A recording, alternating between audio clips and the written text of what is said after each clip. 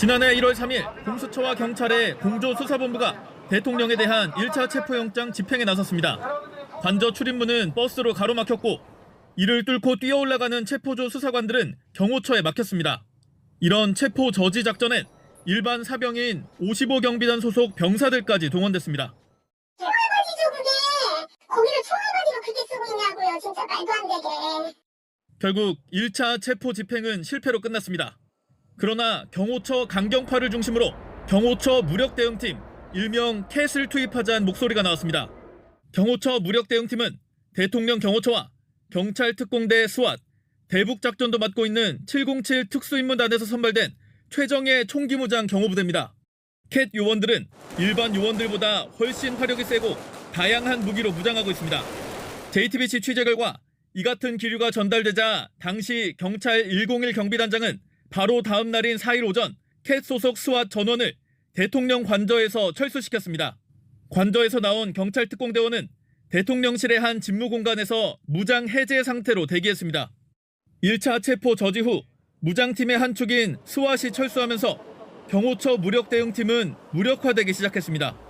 국가의 공권력끼리 충돌할 수 있었던 비극적인 상황은 이러한 저항으로 인해 실현되지 않았습니다. JTBC 배양진입니다. 경찰은 총 쏠 실력도 없고 총은 경호처가 제일 잘 쏜다. 1차 체포 집행을 막아내자 윤 전 대통령은 이렇게 말했습니다. 경호처를 지휘하는 듯한 윤 전 대통령의 모습이 카메라에 잡히고 소총을 든 직원들이 삼엄하게 경비를 섰습니다.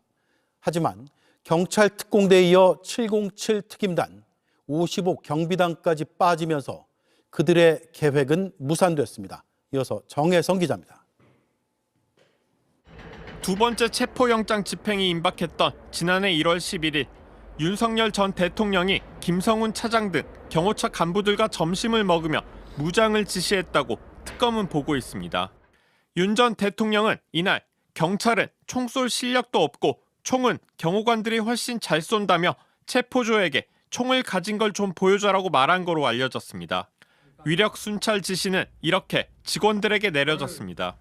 바로 다음 날 검은 모자를 눌러쓴 채 소총으로 보이는 물건을 든 경호처 관계자들이 카메라에 포착됐습니다. 특히 CAT로 불리는 대통령 경호처 무력대응팀 대원들도 등장했습니다. 머리에 CAT라고 적힌 헬멧을 쓰고 등에는 소총 가방으로 보이는 배낭을 맸습니다. 김건희 씨 최측근이 지휘하는 가족 경호부엔 무기고에 있던 기관 단총 2정과 실탄 80여 발이 배치됐습니다. 강력한 화기로 중무장한 대통령 경호처 소속 공무원들을 사병화하여 재판의 집행인 법관이 발부한 영장의 집행을 물리력을 동원해 조직적으로 저지하도록. 하지만 2차 체포영장 집행에서 물리적 충돌은 발생하지 않았습니다. 경찰 특공대 스왓에 이어 최정예 707 특임단, 일반 병사가 포함된 55 경비단까지 작전 투입을 거부했기 때문입니다. 경호 관계자는 JTBC에 경찰 특공대가 철수하자 군과 경호처 내 동요가 커졌다며 군 707 특임단도 뒤이어 철수했다며 당시 상황을 설명했습니다. JTBC 정혜성입니다. 네, 경찰 특공대 철수를 취재한 이서준 팀장이 나와 있습니다. 무사히 넘어가서 조금 잊히긴 했죠. 1년 전 무력 충돌 우려가 상당히 컸네요. 네, 경호처 무력대응팀 캣은 이 고화력 특수화기들로 무장한 최정예 부대로 위기 상황 시 즉각 무력을 사용해 대통령을 탈출까지 시키는 게 임무입니다. 캣 투입은 곧 무력 충돌이고 유혈 사태를 의미했던 겁니다.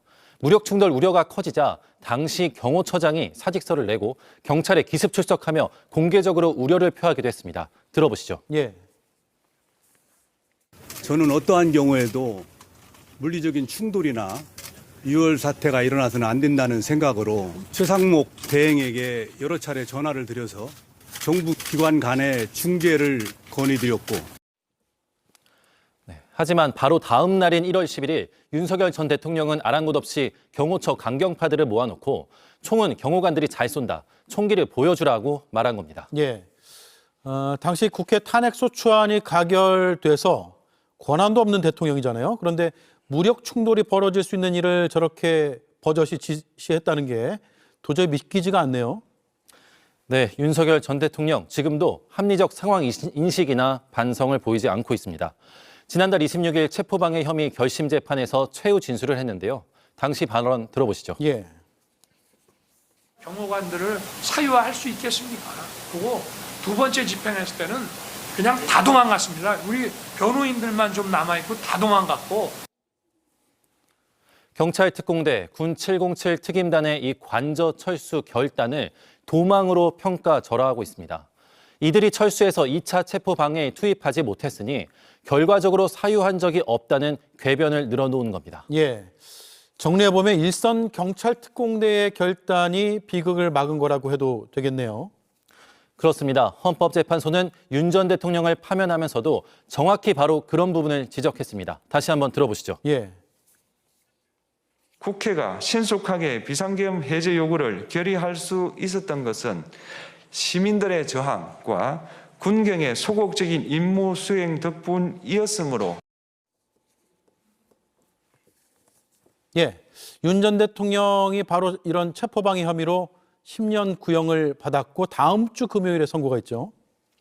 네, 다음 주 16일 윤 전 대통령에 대한 체포방해 혐의 1심 선고가 있습니다.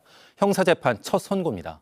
국가기관 간 무력 충돌이 벌어질 뻔한 상황을 만들려 했고 강경파를 제외한 경호부대 구성원 대부분이 이를 우려하고 거부했다는 사실 등이 선고에 고려될 것으로 보입니다. 예. 네, 정말 끝도 없이 나오네요. 취재를 계속 잘 해주기 바랍니다. 수고했습니다. 이서준 기자입니다.